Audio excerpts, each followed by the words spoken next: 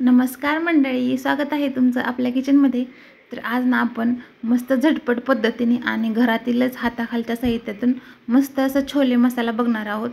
तर खूप मस्त लागतो, चवीला टेक्स्चर ही खूप छान येतं। तर नक्की या पद्धतीने बनवून बघा। खूप सोप्या पद्धतीने सांगितलंय मी। तर त्यासाठी काय करायचं, कढई घ्यायची, त्याच्यामध्ये 1-2 ते 3 चमचे मोठे तेल घ्यायचं। तेल थोडंसं जास्त वापरायचं आहे आपल्याला। त्यामध्ये जिरं घालायचं, 1 छोटा चमचा। जिरं छान असं फुललं पाहिजे।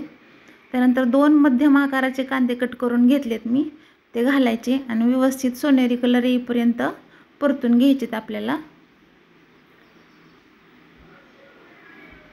गोल्डन कलर येईपर्यंत मस्त परतून घ्यायचं। त्याच्यावरती थोडंसं मीठ घालायचं आहे आपल्याला, त्यामुळे कांदा आपला पटकन परतला जातो, पटकन मऊ होतो शिजून। तर व्यवस्थित परतून झालं ना, त्याच्यामध्ये ना आलं लसूणची पेस्ट घालायची। आलं लसूणची पेस्ट छान अशी परतून घ्यायची आपल्याला, खमंग अशी, त्याचा कच्चेपणा पूर्ण निघून गेला पाहिजे। त्यानंतर 2 टोमॅटो आणि 2 हिरव्या मिरच्या मिक्सरवरती फिरून मी त्याची पेस्ट बनवून घेतली होती। तर मस्त अशी टोमॅटोची पेस्ट घालून परतून घ्यायचे आपल्याला व्यवस्थित। छान असं तेल सुटेपर्यंत परतायचं, म्हणजे भाजीला चव खूप छान येते त्याच्यामुळं। आणि कांदा कट करून घातला आणि टोमॅटोची पेस्ट घातली ना, तर टेक्स्चर खूप छान येतं। जास्त ग्रेव्ही टाईप पण होत नाही आणि जास्त पातळ पण होत नाही। तर मस्त परतून झालं आहे आपलं। त्यामध्ये आता गरम मसाला घालायचा आहे आपल्याला, 1 चमचा धना पावडर, 1 चमचा गरम मसाला। छान असं परतून घ्यायचं। थोडीशी हळद घालायची आपल्याला त्याच्यामध्ये। मसाला मस्त छान असं परतून घ्यायचा आहे तेलामध्ये। लाल तिखट घालायचं 1 चमचा। तुम्हाला तुमच्या आवडीनुसार तिखट कमी जास्त तुम्ही करू शकता। तर हळद घातली आहे थोडीशी, छान असं परतून घ्यायचं मस्त तेल सुटेपर्यंत।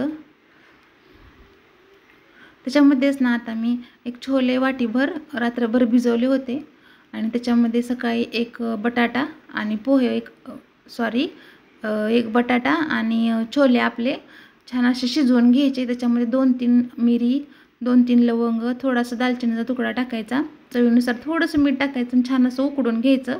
कुकरवरती 4 ते 5 शिट्ट्या करून घ्यायच्यात आपल्याला आणि ते छोले असे फोडणीमध्ये घालून घ्यायचे।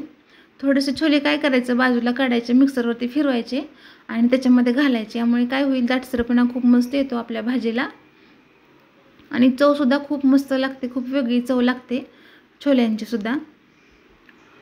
तर मस्त शिजवून घ्यायचं, चवीनुसार मीठ घालायचं आणि बारीक कट केलेली कोथिंबीर घालून घ्यायची। बघू शकता तुम्ही किती छान टेक्स्चर आले आपल्या भाजीला। याला तुम्ही भाजी, चपाती, भात, पोळी, फुलका कशासोबतही खाऊ शकता तुम्ही, किंवा भटुरे सुद्धा बनवू शकता। तर शेवटी काय करायचं आपल्याला, 2 ते 3 चमचे तूप घालायचं, म्हणजे खूप क्रीमी टेक्स्चर येतं, खूप मस्त लागतं चवीला तुपाने सुद्धा। 2-3 चमचे तूप घालायचं, छान असं मिक्स करून घ्यायचं। खूप मस्त लागते चवीला, अगदी भन्नाट बनवून तयार होते आणि अगदी झटपट होते, आपल्या हाताखालच्या साहित्यातच बनवून तयार होते। अजिबात जास्त वाटण-घाटण करायची गरज लागत नाही। तर अशा पद्धतीने छोले मसाला नक्की बनवून बघा, चवीला खूप मस्त लागतो। तर असं नक्की बनवून बघा। तर रेसिपी आवडल्यास चॅनलला प्लीज लाईक करा, शेअर करा आणि सबस्क्राईब करायला विसरू नका आणि नक्की अशा प्रकारे बनवून बघा। धन्यवाद।